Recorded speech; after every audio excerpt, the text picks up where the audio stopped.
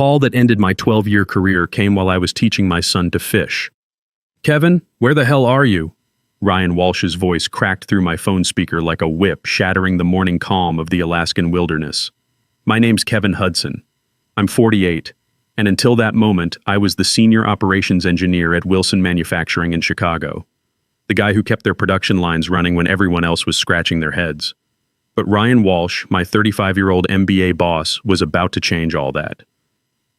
Alaska. On approved leave, I said, keeping my voice steady. My 19-year-old son, Justin, looked up from where he was practicing his cast, concern already creeping across his face.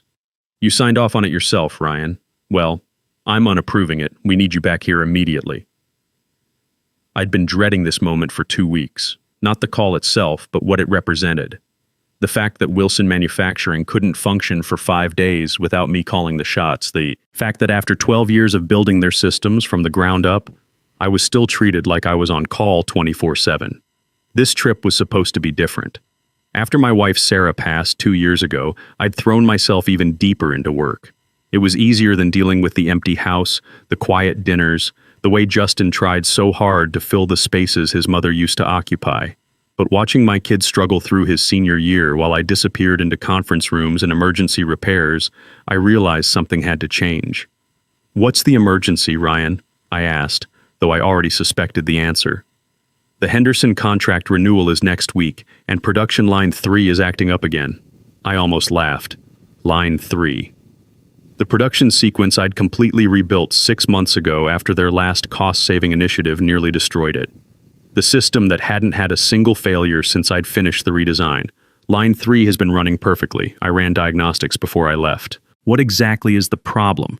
"The problem is your attitude, Kevin." His voice was getting sharper now, that tone he used when he felt challenged in front of other people. "Real leaders don't abandon their responsibilities for fishing trips." Justin had stopped casting entirely now. He was watching me with those dark eyes he'd inherited from his mother, and I could see the recognition dawning. Here we go again. Dad's vacation getting interrupted by work. Dad choosing the company over his family. Again. But this time felt different. Maybe it was the pristine morning air, or the fact that Justin and I had spent the last 3 days actually talking for the first time since the funeral.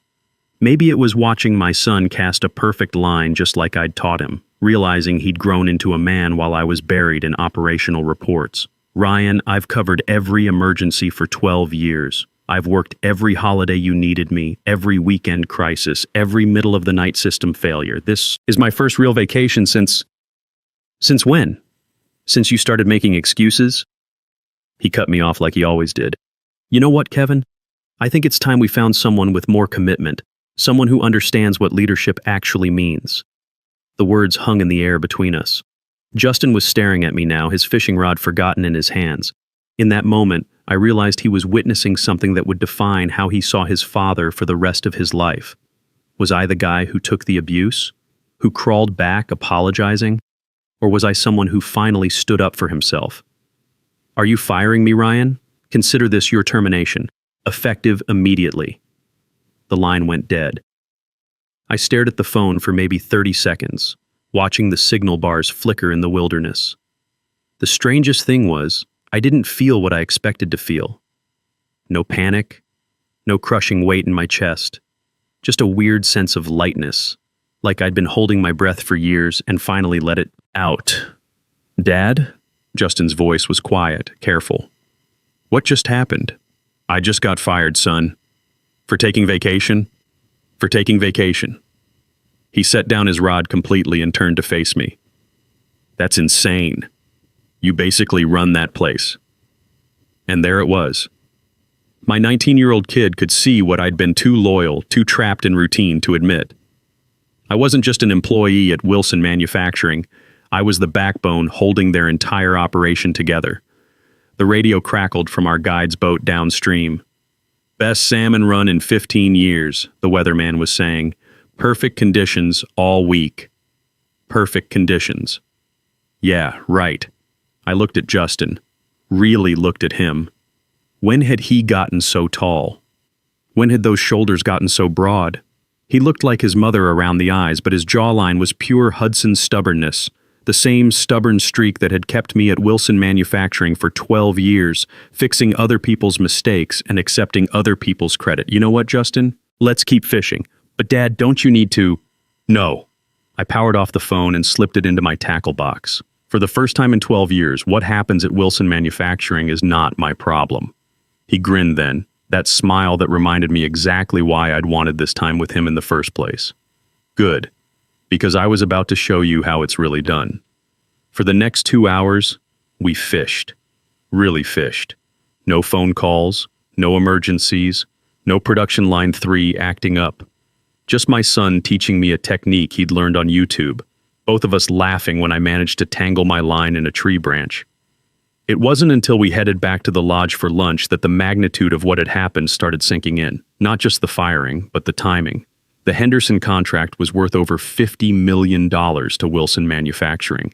Production Line 3 was the heart of their ability to deliver on that contract, and Ryan Walsh, in his infinite MBA wisdom, had just fired the only person who completely understood how that system worked. My phone buzzed with a text notification when I turned it back on to check the time. Jennifer Park. Kevin, please tell me Ryan didn't actually fire you. Line 3 shut down completely 20 minutes after he hung up with you. Eric tried to restart the sequence and crashed the entire quality control system. The Henderson people are scheduled to tour the facility tomorrow. What do I tell them? I showed the message to Justin. Oh man, he said, reading over my shoulder. They're screwed, aren't they? Completely. Good. He said it with such conviction that I actually laughed out loud. That's my boy. That afternoon, sitting on the lodge porch with a beer and my son, I felt something I hadn't experienced in years. Peace. For the first time since Sarah died, I wasn't carrying the weight of everyone else's problems. Wilson Manufacturing was burning down, and it wasn't my fire to put out. Justin was right. They were screwed, and for the first time in my career, that wasn't my problem to solve. We flew back to Chicago 2 days later. Justin insisted we finish out the fishing trip, and honestly, I needed those extra 48 hours to wrap my head around what came next. 12 years at one company. 12 years of building systems, training people, solving problems that shouldn't have been problems in the first place. The kid was smart about it too. Dad, he said as we packed our gear, you've been talking about work differently these last 2 days. How so? Like you're not responsible for fixing everything anymore. Like you remember you're actually good at what you do. Sometimes I forgot how much he'd been watching. How much he'd absorbed during those quiet dinners after his mom died, when I'd come home frustrated and worn down, and he'd just listen while I vented about Ryan's latest brilliant cost-cutting initiative. The flight back was rough. Not the turbulence, but the 47 missed calls and endless stream of text, messages that started flooding in the second we hit cellular range over Minnesota. Jennifer Park, Kevin, they moved the Henderson tour up to today. Ryan tried to give it himself. It was a disaster. They're asking specifically for you. Carl Rodriguez, brother, word's getting around. Ryan's been making calls trying to explain why their best engineer is suddenly gone. People are asking questions. Eric Miller, Mr. Hudson, I'm sorry to bother you, but I can't figure out the calibration sequence for line 3. I've been trying for 6 hours. The Henderson people were not impressed with the downtime. That last one got to me.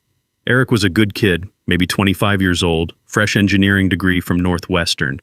Smart as hell, but green as grass. I'd been mentoring him for the past year, teaching him the real-world stuff they don't cover in textbooks. He didn't deserve to get thrown under the bus because Ryan needed someone to blame. I texted him back. Eric, this isn't your fault. The calibration specs are in my desk, bottom drawer, red folder marked Line 3 Emergency Protocols. You've got the skills. Don't let them make you think you don't. Justin was reading over my shoulder. You're still helping them? I'm helping Eric. There's a difference. By the time we landed at O'Hare, the situation had gone from bad to catastrophic. Jennifer called me directly while we were waiting for our bags. Kevin, I probably shouldn't be calling you, but you need to know what's happening here. Hit me. The Henderson contract team left early, wouldn't even finish the facility tour. Ryan's been in damage control mode all day, calling everyone he can think of to try and fix this. And he's been telling people you sabotaged the systems before you left, that you deliberately created instability to hurt the company. I felt my jaw clench. Justin noticed and raised an eyebrow. He's blaming me for his incompetence? It gets worse. He called a meeting with the department heads this morning, told them you were unreliable and had been coasting for months, said the company would be better off without your outdated methods. Outdated methods. I almost laughed. The same methods that kept his precious profit margins in the black for the last 5 years. Everyone knows it's garbage, Kevin. But he's the boss, so people are keeping their mouths shut. Except Carl Rodriguez. He told Ryan exactly what he thought of that theory. That made me smile. Carl had been at Wilson Manufacturing for 30 years, back when it was still a family-owned operation. Guy had been in manufacturing since I was in high school, and he didn't take garbage from anyone, MBA or not. What did Carl say?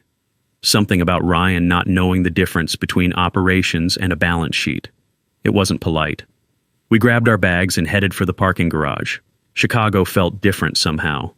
Colder, more industrial. Less like home than that lodge in Alaska had felt after just 3 days. My phone rang again while we were loading the truck.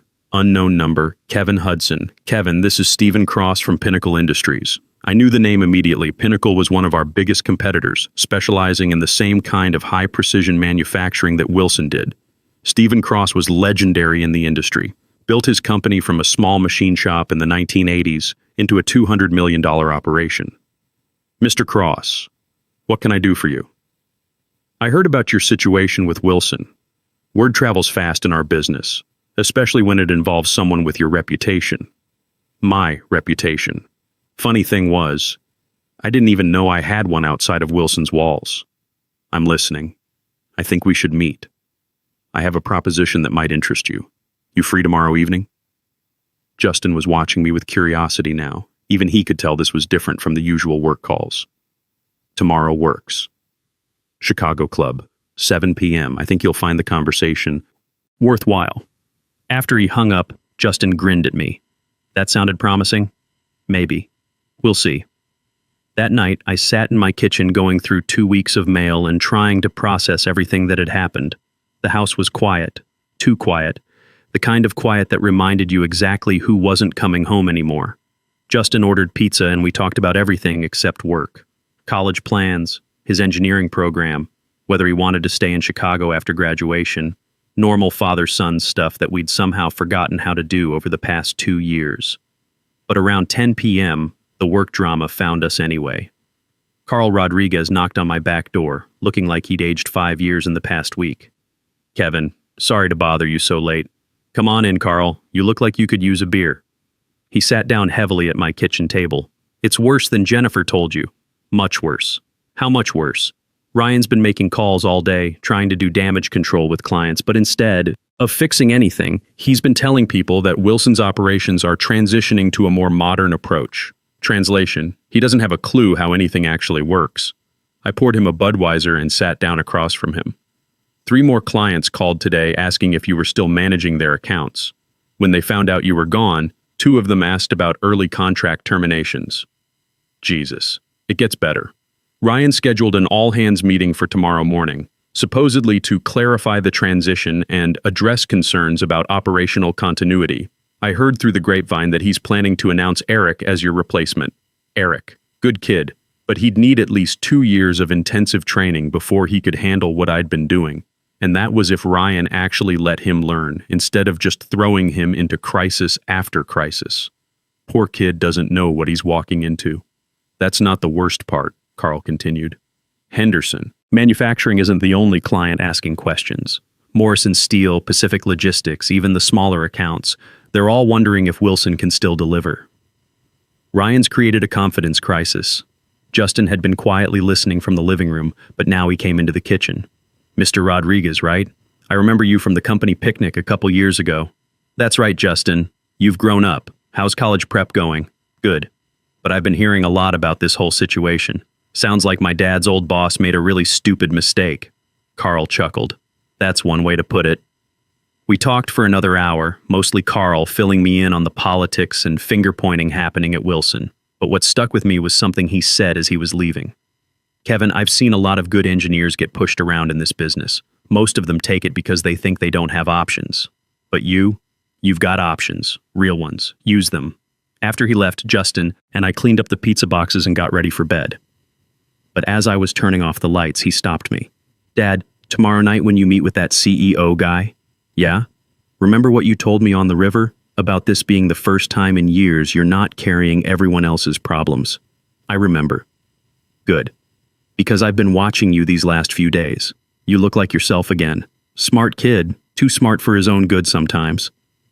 The Chicago Club sits downtown like a piece of old world class in a city that's constantly tearing itself down and building back up. I'd driven past it 1,000 times but never had reason to go inside. Walking through those brass doors felt like stepping into a different league entirely. Stephen Cross was waiting for me at a corner table, and I recognized him immediately from industry photos. Mid-60s, silver hair, the kind of presence that doesn't need to announce itself. He stood up when I approached. Firm handshake, direct eye contact. No games, no corporate theater. "Kevin, thanks for coming. I hope the day treated you better than yesterday." "Depends how you define better," I said, settling into the leather chair across from him. "Wilson Manufacturing is still burning down, but it's not my fire to put out anymore." He smiled at that. That's exactly the attitude I was hoping to hear. The waiter brought menus, but Stephen waved them off. "Order whatever you want, Kevin. We've got more important things to discuss than food." I appreciated the directness. After 12 years of Ryan's corporate doublespeak, straight talk was refreshing. "I'll cut to the chase," Stephen said. "Wilson just handed me their best engineer on a silver platter, and I'd be an idiot not to take advantage of that. You've done your homework. I've been watching Wilson's operation for years. Everyone in the industry knows their success runs through one person.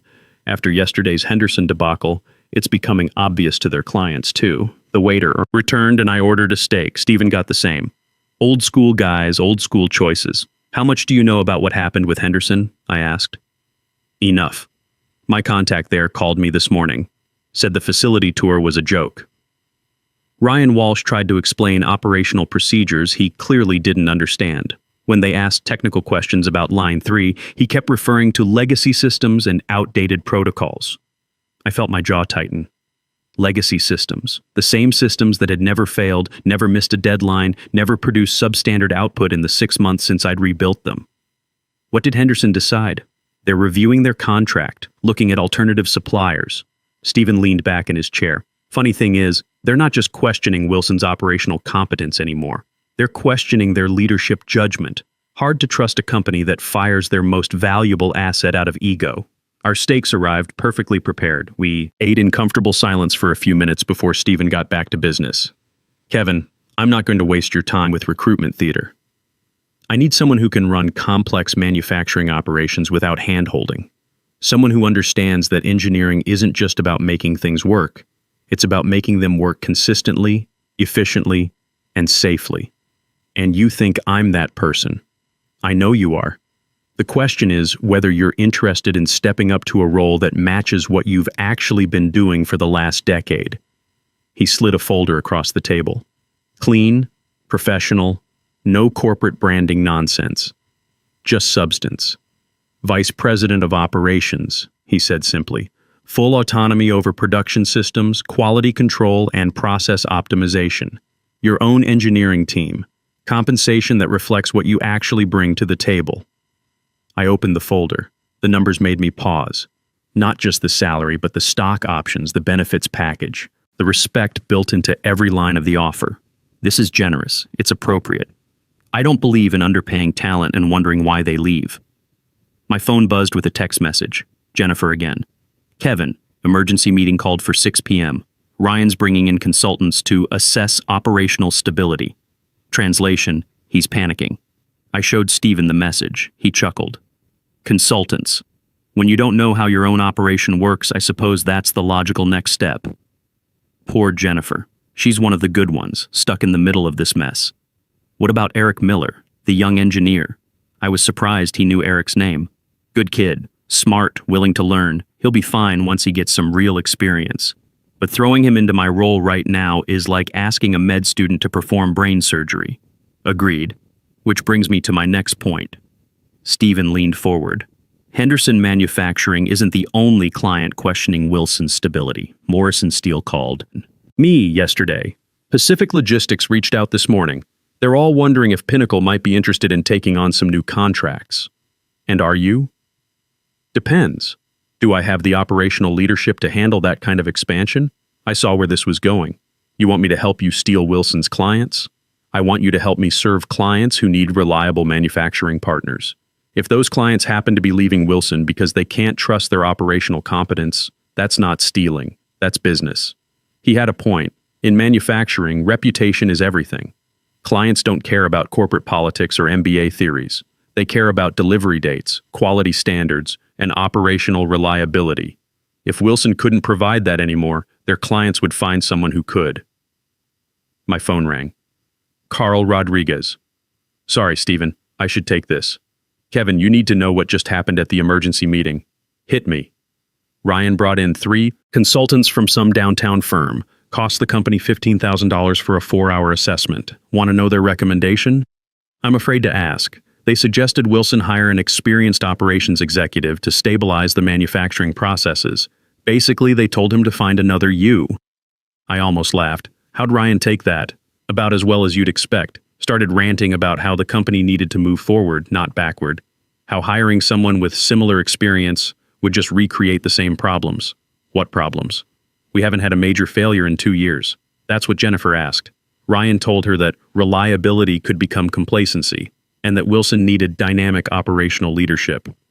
Stephen was listening to my side of the conversation with obvious amusement. Carl, I'll call you back later. Thanks for the update. Dynamic operational leadership, Stephen repeated after I hung up. That's a new one. Ryan's always been creative with language. It's one of his few talents. Well, while he's being creative, his clients are being practical. Morrison Steel wants to meet with me next week. They have a $30 million contract coming up for renewal. Asked specifically if Pinnacle had the operational expertise to handle their requirements. I understood the implications immediately. Morrison was one of Wilson's oldest clients. If they jumped ship, it would trigger a domino effect that could destroy the company. Stephen, I appreciate the offer. I really do. But I need to ask you something straight. Shoot. Are you hiring me to run your operations, or are you hiring me to get revenge on Ryan Walsh? He considered the question seriously. Fair question. Answer is both and neither. I'm hiring you because Pinnacle needs someone with your skills and experience. The fact that it hurts Wilson is just a bonus. But Kevin, here's the thing. Ryan Walsh destroyed his own company the moment he fired you. I'm just taking advantage of the opportunity he created. That night, I drove home through familiar streets that somehow felt different. Chicago looked the same, but I was seeing it through different eyes. For the first time in 12 years, I wasn't thinking about emergency calls or production schedules or fixing other people's mistakes. I was thinking about possibilities. Justin was waiting up for me when I got home, textbooks spread across the kitchen table. How'd it go, Dad? Good. Really good. I sat down across from him. How do you feel about your old man becoming a vice president? His face lit up. Seriously? Seriously. Pinnacle Industries. Stephen Cross offered me VP of Operations. That's awesome! When do you start? I haven't accepted yet. Wanted to talk it through with you first. He looked puzzled. Why wouldn't you take it? Good question. A week ago, I might have worried about loyalty to Wilson, about leaving my colleagues in a bad spot, about whether I deserved a shot at the big leagues. But sitting there looking at my son, seeing the pride in his eyes, I realized those concerns belonged to the old Kevin Hudson, the one who accepted disrespect because he thought loyalty was more important than self-worth. You're right, I said. I'm taking it. Good. Because I was getting tired of watching you settle for less than you're worth. Smart kid. Way too smart for his own good. I started at Pinnacle Industries on a Monday morning in September. Walking into that building felt like stepping into a different world. Clean lines, actual windows in the engineering department, and a production floor where people moved with purpose instead of panic. Stephen Cross met me at the front desk personally.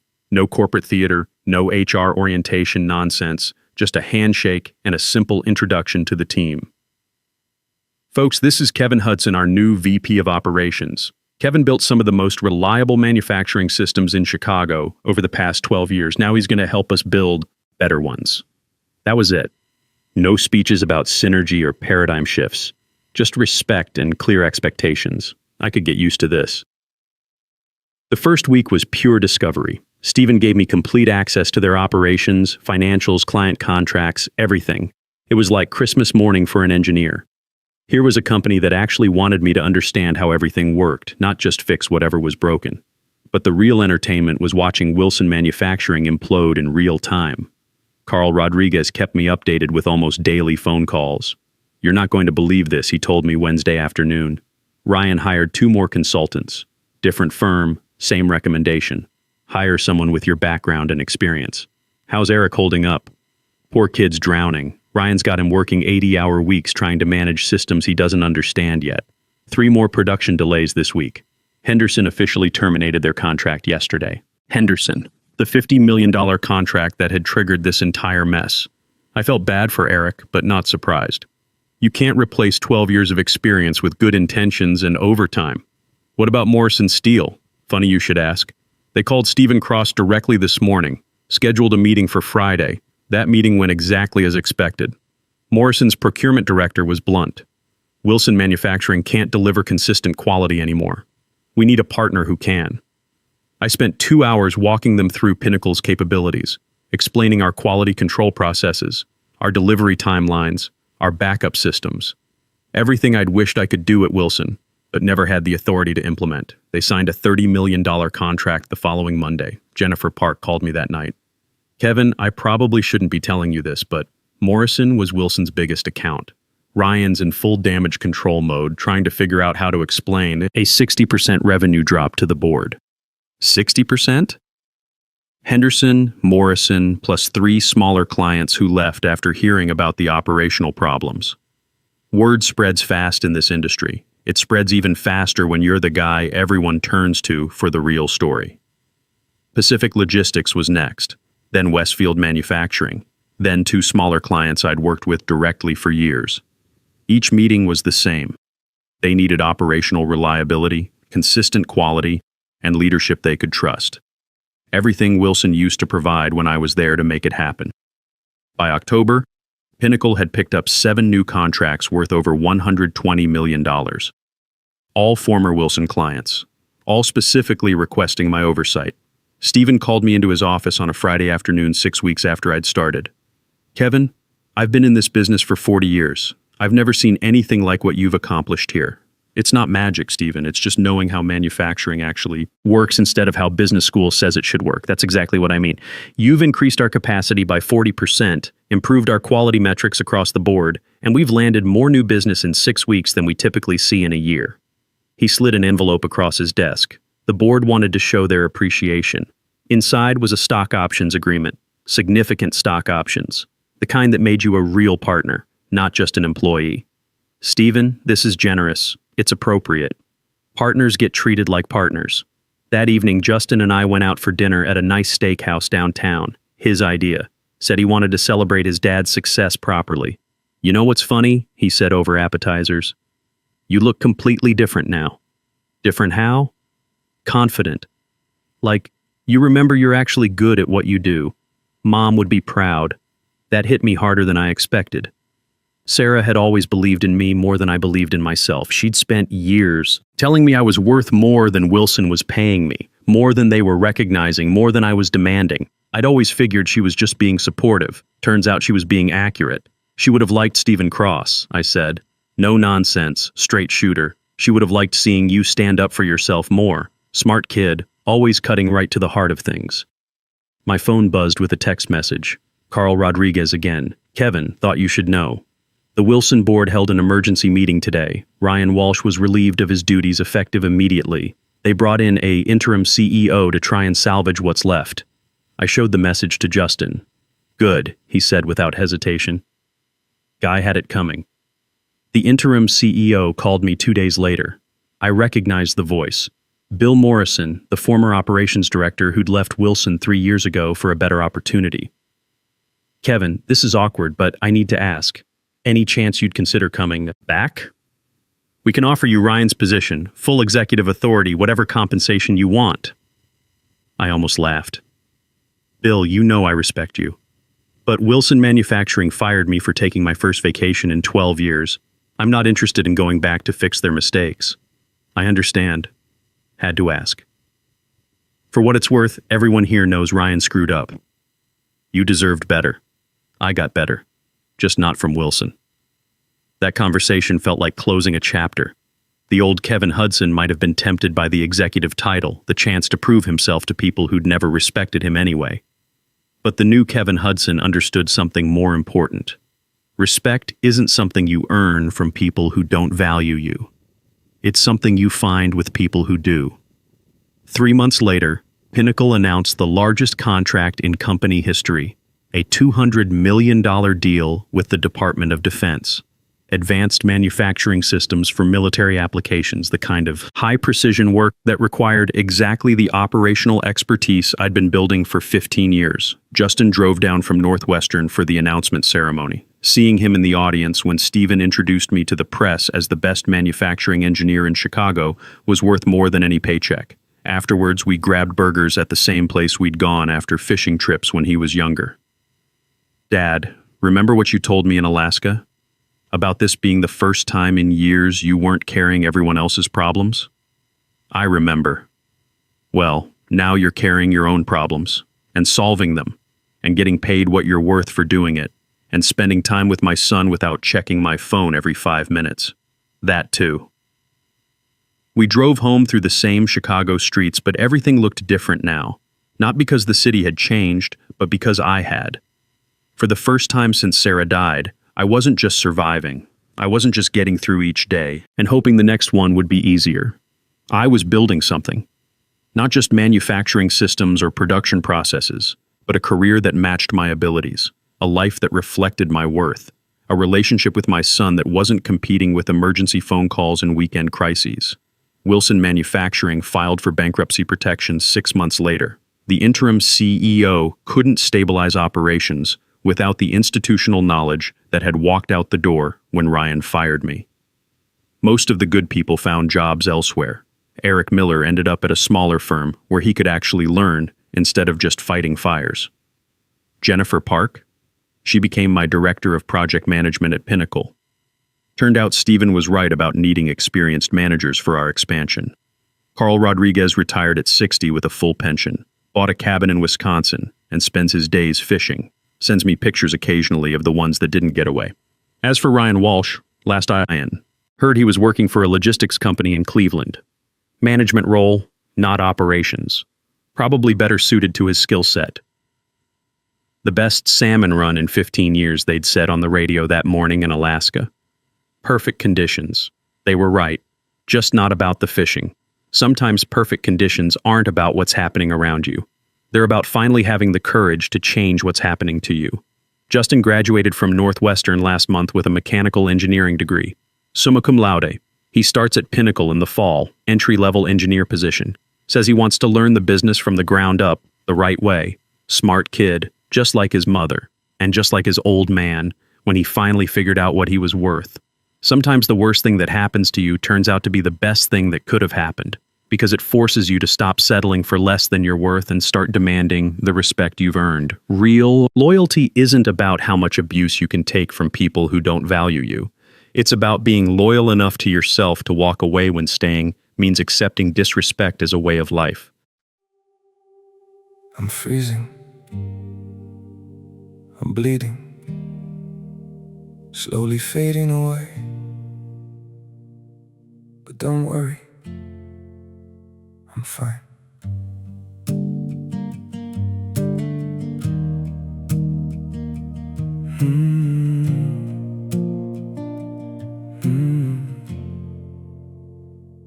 The cold has settled in my heartbeat, like winter living in my veins. Every breath feels numb and fragile.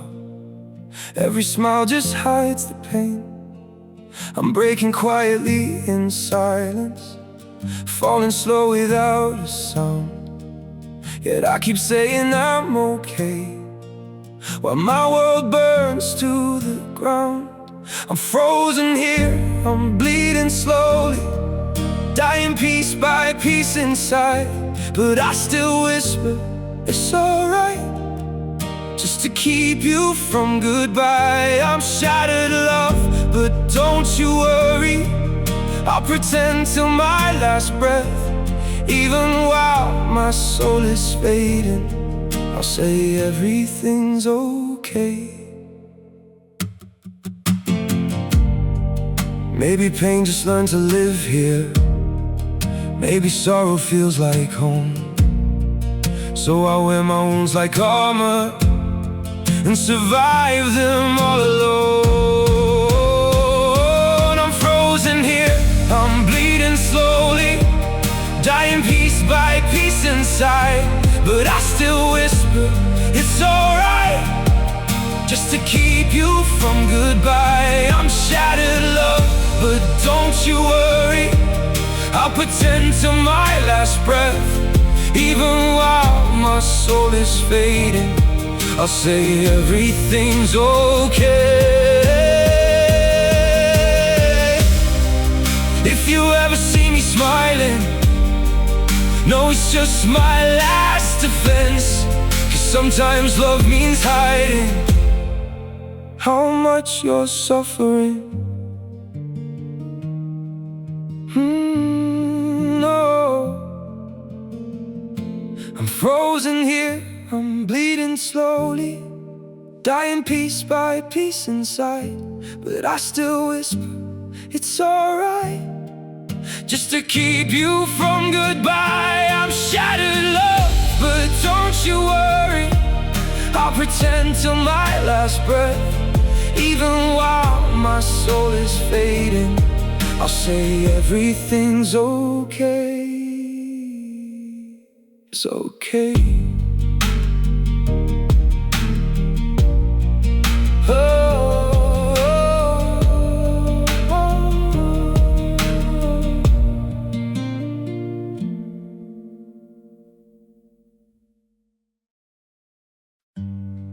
They say just forget. Move on like it's easy. But forgetting you feels like remembering someone I've never seen. I've been trying to erase you from the places in my mind, but the harder that I fight it, the more you're hard to leave behind. Every memory keeps slipping through the cracks I try to close, like a face I should remember, but somehow never know. Forgetting you feels impossible, like chasing something I can't hold, like trying to remember someone that I've never even known. I keep reaching through the silence for a past I can't undo, 'cause letting go of what we had feels like losing something true. Every moment turns to fragments, every thought just fades to blue, like I'm searching for a feeling that still only leads to you. Forgetting you feels impossible, like chasing something I can't hold, like trying to remember someone that I've never even known. I keep reaching through the silence for a past I can't undo, 'cause letting go of what we had feels like losing something true.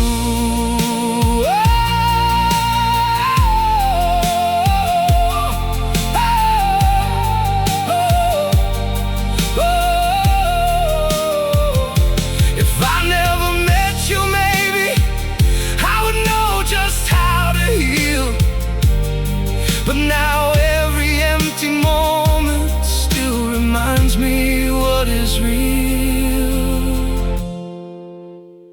Forgetting you feels impossible, like chasing something I can't hold, like trying to remember someone that I've never even known. I keep reaching through the silence for a past I can't undo, 'cause letting go of what we had